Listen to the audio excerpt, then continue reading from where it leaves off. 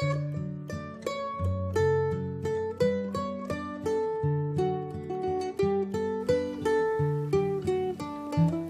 of Assyria. What an exciting story. This is one of my favorite stories. Of course, I do say that about a lot of stories. Hezekiah was king of Judah when Nineveh came and put a siege on Samaria in Israel. Of course, that lasted for 3 years. So Hezekiah was from his 3rd year of reign till his 6th year of reign. So he watched the whole thing. He saw what they did. Then Assyria then went down into the valley area, down in the coastal plains, which is at the bottom of the mountains, and they were taking over a lot of the area down around the Philistines.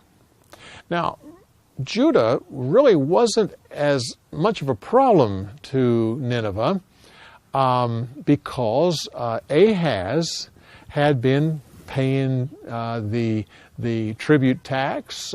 He was the one that was on the side of Assyria, so everything was fine. And so when Hezekiah took over, he inherited that, but suddenly Assyria has some problems back home, and so they pull back temporarily. And because of these problems, a lot of people thought, finally, Assyria is on the decline. They are going to go away now. They are going, like many, they've been going for so many years, are finally starting to rot on the inside. And so a lot of the nations rebelled and stopped paying taxes, including Hezekiah. Isaiah recommended that he not rock the boat here. Isaiah recommended that he just let everything alone. But Hezekiah didn't listen.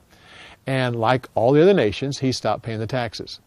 Well, he knew that Assyria could come back, and if they did, he'd be in trouble.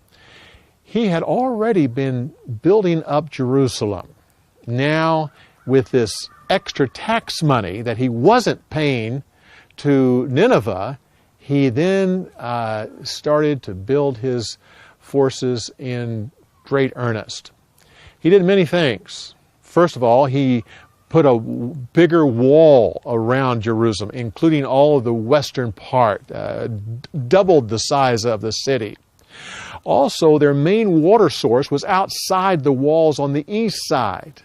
And he decided to do something he's still known for today. He contracted men to build a tunnel through the bedrock of the city of David, going from those springs underneath and going straight across into the new section of his city. Over 1,700 feet of tunnel. He had men on both sides tunneling towards one another. Except it wasn't that simple. It wasn't like this. It was in an S shape. And for some reason it was an S shape, and no one to this day knows how they did that, because they tunneled it and then they met and it was complete. I've walked through those tunnels. It is not much wider than what I am, and definitely not as tall as I am in most places. It's tall in a few. And the water to this day still runs through that tunnel. In this way, there was no water outside the walls for the Assyrian army.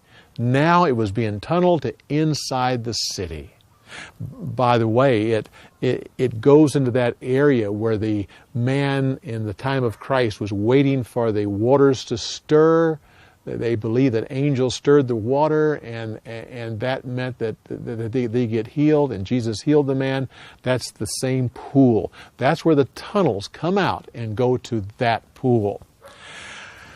He then built up all the cities of Judah, especially Lachish. And Lachish is the second largest city in Judah, and he fortified that city They put a second wall around it and big gates and built his own palace there, and he was ready to go to battle there as well. Well, all this was too little. He was up against a world power. And even though what he did was magnificent, and he's known for it today, compared to what Assyria can do, it was nothing.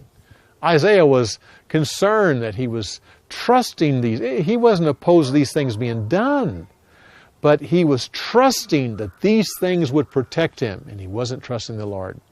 So when this story happens, Assyria comes back into the coastal plains in full force. Sennacherib was the head of the army. He was the king. What he did, Jerusalem's up on the top of the mountains, and there's these valleys that go down to the coastal plains in the Judean hill country. And there's cities in each of these valleys. Assyria came and took each of these cities, thus controlling the valleys leading up to Jerusalem. And then he put a siege on Lachish. Huge siege. Built a ramp. I've literally been on that ramp. I've seen those gates. They put in the siege. They conquered Lachish. And that's from there is when the commander takes the army to Jerusalem, and this story starts at that point. It's interesting that after the story is done, the king goes back. Before he's killed, he was actually making this recorded history on stone. And he talks about Judah. He talks about the great way that he conquered Hezekiah.